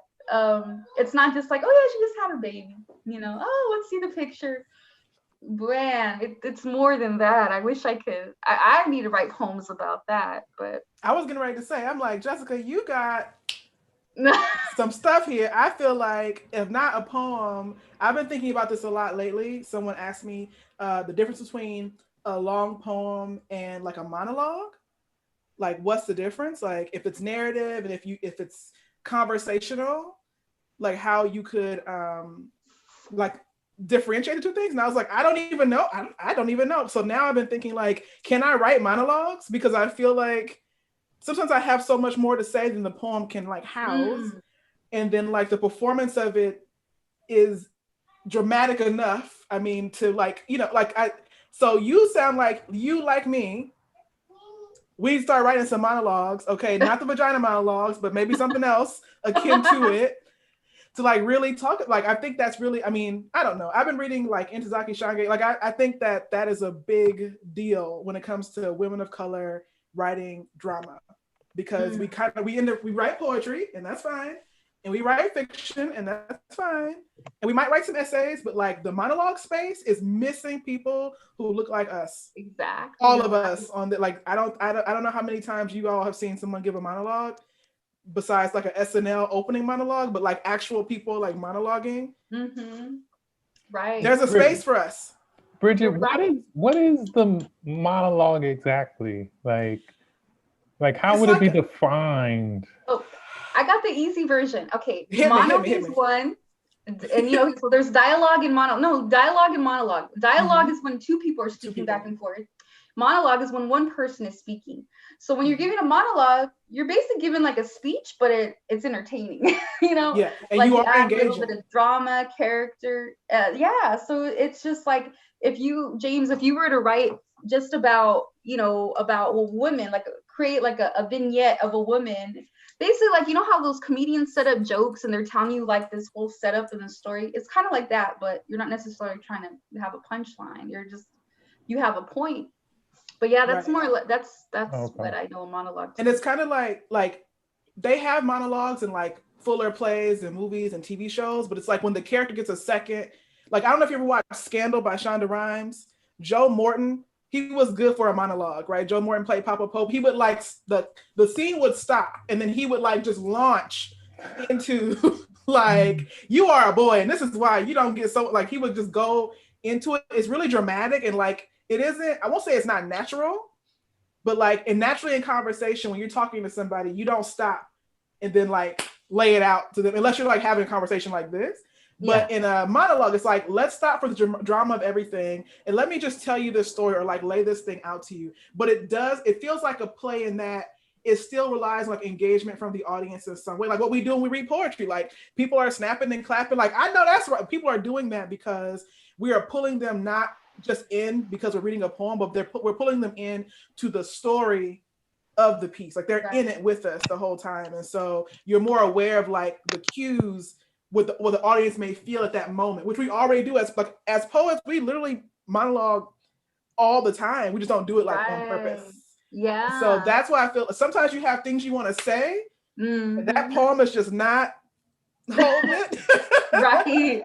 And so I think about Ntozake Shange's For Colored Girls is a collection of interconnected poems, right, for different women speaking. But it's really a bunch of interconnected monologues because they're all kind of like telling their life story, and my man said this and my daughter did this and blah, blah, blah. And then the next woman starts speaking, and then they go, like a series of like one woman vignettes start happening. Yeah, I do it on stage because it's a play, quote unquote, but there's no like interaction really between the women beyond them kind of saying their part. I feel like all the poets out there, that's my advice. Let's study monologues, because I feel like that's a space, Black and brown folks, we could be in there. Not just comedy, but we could be in there making them cry too, or making them fall in love. Why not? There we go. I like to say, I like to manipulate them. You're gonna feel the pain, you're gonna feel the sadness, you're gonna feel the love, or the, you know, you're gonna feel it. If I'm a good enough writer, I'm gonna make you feel it. I mean, I hate to say that, I'm gonna make you feel it, but kind of that's what we're doing. That's what you draw it out. You draw it out with your how words. We do our jobs. Yeah, definitely. The more that it's visualized and that they can see it, folks can see it and feel it and smell it and all that stuff, you know, that's good writing. That's good writing. I love it. That's kind of like poetry 2.0. What's the difference? Since we're quarantined, if we do monologues, we can be very theatrical, have our backgrounds and stuff, and be like, you want to see my monologue, my reading? Hey, Bridget, we got another idea for LA Poet Society 2021 here. Oh, I love it. Jessica got me doing workshops and Bridget doing monologue. Yes, indeed. Hey, it's like that creative community. It's the body of us that make this happen and make it exciting. Like, we don't want to just see the same old person every day. I like seeing everyone's faces. It's awesome. And yeah, I mean, hey, we have the resources for it if anyone's down, and that's to anybody out there that's watching us too. You know, LA Poet Society's got your back. Hit me up. We can see what we can do, you know. We have Zoom and Instagram and Facebook and YouTube, and I have a Canva account and make some awesome flyers, and I'm starting to figure out how to do more video flyers or video snippets, and I'm trying to do more. But yes. Oh, I love this. This is challenge accepted. Yes. It's like, yes. Yeah. I love it. So for those of you just joining us, or those of you on YouTube, we have been live streaming this whole show. So this is the New Authors Showcase December edition with Bridget Bianca and James Coates. Mr. Evangelisti, I don't know what happened. I tried. Alas, I don't know. Maybe next year I'll get him on the program. I don't know. But yeah, we've been live streaming on YouTube, and so everyone can go back and watch it, share it with more folks, share. This is also part of promoting your work and promoting your books and stuff. So we're happy to have this archive for you. James, so your book is available on Amazon. Did you put your Instagram or your email if folks want to just buy it from you directly? Do you have copies at home that you could, or would you prefer just to go, have folks go to Amazon? I have copies, so yay, put your info in there. Yeah, definitely, folks, if you can get the books from the poets, they get more of the cashola. So if you can support them directly, you can do that. If not, definitely we all recommend going through your indie bookstores. Bridget's book, you can go to bookshop.com. Yeah, you can check out. Also, Roman's bookstore has it. Skylight Books. Is Eswan Books. They have her book, or Amazon as well, which is great. That's really easy. Everyone's used to like, hey, Amazon, check it out. Connecting the world. But yay, so James just popped in his info so you can stay in touch. And then Bridget has her website. I think it's bridgetbianca.com. So if you want to stay in touch with her, all her info's there. Let's see, what else do I want to say? I want to say thank you. Let's give another snap to James Coates and to Bridget Bianca. Oh, we all have the coolest names. Just like super Hollywood star names. Bridget Bianca and James Coates, coming to you from the Los Angeles Poets Society in Hollywood. No, I was kidding. In Hollywood, California. Yeah, I'm not animated. Well, it's been great. I'm glad we finally got to make this happen. I love you both for coming on the show with me and being flexible. We're closing out 2020, this crazy year. But nevertheless, we still created, we still had books, we still were seen and were heard. I think that's one of the positives. The good news about 2020 is like our connectivity to each other, around the world, and in between communities, etc. So I want to thank you again. I want to also give a little commercial to our upcoming programming tomorrow and Thursday. So tomorrow we have our last workshop, and this is a free workshop for everyone. It's called, it's the, oh my God, Love Letters to 2020. It's going to be at 6 p.m. via Zoom. Let me share the flyer. I'll put it here in the chat. So we have Love Letters to 2020. So what this project has been, the Love Letters, it's been sponsored by Poets and Writers, and it's an opportunity for us to write a love letter to 2020, confronting the anger, the depression, the heartache of this year. Then also embracing the change, like embracing the positive that's happened this year for us, and the different wins and what that looks like for us individually and as a whole. For example, how I mentioned we are now even more globally connected, right? A lot of writers have been really expanding outside of their communities through all these online readings and whatnot. And tomorrow we're going to be looking at the future. So tomorrow's the third part, the final part of the Love Letters series, where we look to the future, what we've learned and how we are going to make lemonade out of our lemons from the year, and what we're looking forward to. So that's what we'll be writing about tomorrow. Here's the flyer. So the flyer's in there. And also, I invite you all to join the December Poetry Challenge, which has been happening all month long, where we have a prompt a day, and we've been sharing them on our Instagram and our LA Poet Society webpage, lapoetsociety.org. So there is the prompt, also in the chat. You can stay in touch with us again, lapoetsociety.org. If you want to be featured, if you want to attend more open mic events and get, share, we have about 15 events a month. So there's an opportunity in there for you, if you're looking to share more, or attend more readings and, or, like I said, get featured, like just send us an email or hit us up on our Instagram. It's Los Angeles Poet Society. And our email is losangelespoetsociety@gmail.com. I'm putting all this in the chat, Los Angeles Poet Society, so that you can all email me. Also, what else is happening? Oh, and also, if you participate in the Love Letters to 2020, we have a workshop. We have the workshop tomorrow, and also on our YouTube, we have the last workshop that tells you the kind of the instructions. If you want to hear how the workshop went down, if you want to write anything, if you want to write, you're welcome to send us your poetry. And we're going to be making a chapbook, Love Letters to 2020 chapbook, which will be ready tomorrow night or before Thursday, which is a couple days away, at 6 p.m. because we're having our release party of that chapbook. So if you write, we will publish you in that chapbook, and we're having a release party on New Year's Eve, a virtual release party for that chapbook where everyone that participated can share and also get the chapbook. So yay, that's what we're doing. I'm trying to see if I forgot anything. I believe that's all for this week. Next week we have our Meditation Monday event happening with Alex, which is really cool. This is a new event that just started this month.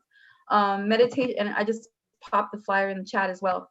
But what that is, it's a meditation hour and a writing exercise with Alex, and she's a certified yoga instructor. She also she's a healer, and she has a gong, and she, so she does like the healing,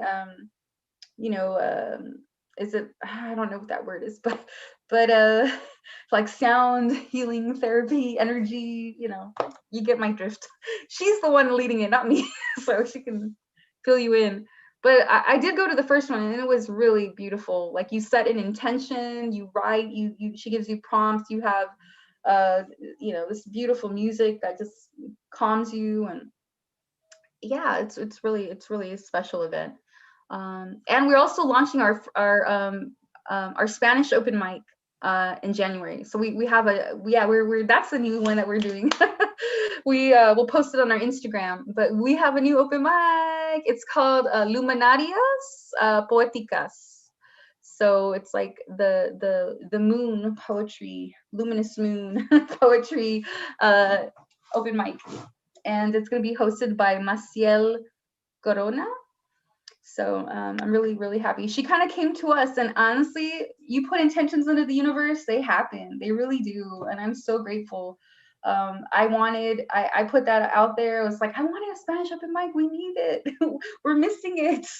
And here she is. She comes to us and says, hey, I really want to attend open mic, and I'm part of this community, and we've been looking for a place. I'm like, oh, I've been looking for you, sister. And here we are. Magic happened, so it really does. It's such a beautiful thing. Our connection to the universe and to each other. Like, you put it out there, lots of good stuff happens, and you attract it. And James, I'm in my new pad. We moved, so I have my own room away from the kids. They're not just on the other side. We finally moved out of our studio into a 2-bedroom apartment. A 2-bedroom. Kids in their room, parents in their room, and we have a living room which is empty because we don't have enough stuff for that yet. But thank God. Thank God. Thank you, Creator.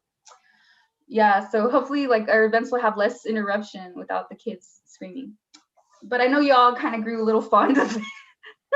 When it's not your kids, you're like, oh, isn't that sweet? When it's your kids, you're like, oh my All right, I'm gonna let you all go. It's been just a special night. I'm so happy to have this is our first LA Poet Society event in the new headquarters. So I couldn't think of a better pair than y'all to break it in with me. And righteous poetry, righteous words. I'm so happy that your books were they were published, and that your words are going to be, like I said, immortalized, beyond this time. And yeah, thank you so much. So everyone, check out bridgetbianca.com. Get her book, get James' book. He's got his information there in the chat. His handle is Mr. Loving Words, or you can check him out or email him jamescoates@gmail.com. Both their books also are on Amazon if you want to go that route as well. But either way, you're supporting, you're helping, your local poets, our contemporary creatives, and spread the word. If you can't get the book, no problem, but share. Let others know. Let others know what happened tonight. Let them know about the poems you heard, the chats you had. If people that want to publish a book, have them tune in so that they can get the advice that Bridget and James gave. And it's designed for all of us. It's like a networking. It's a networking thing. All right. A lot of love to you both and to everybody for tuning in. Thank you, Kundan. Thank you, Edgar. It's so good to see you again. And we had Poets and Muses here, Imogen. She's a part of she's now a partner with the LA Poet Society.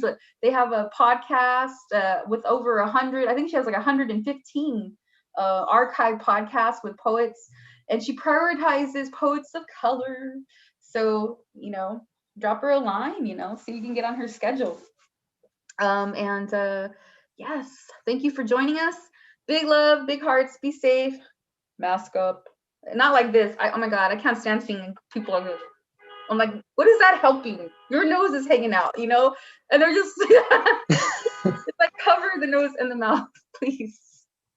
So people, anyway, big love, big love. Have a good night, everyone. Thank you so much. Be safe.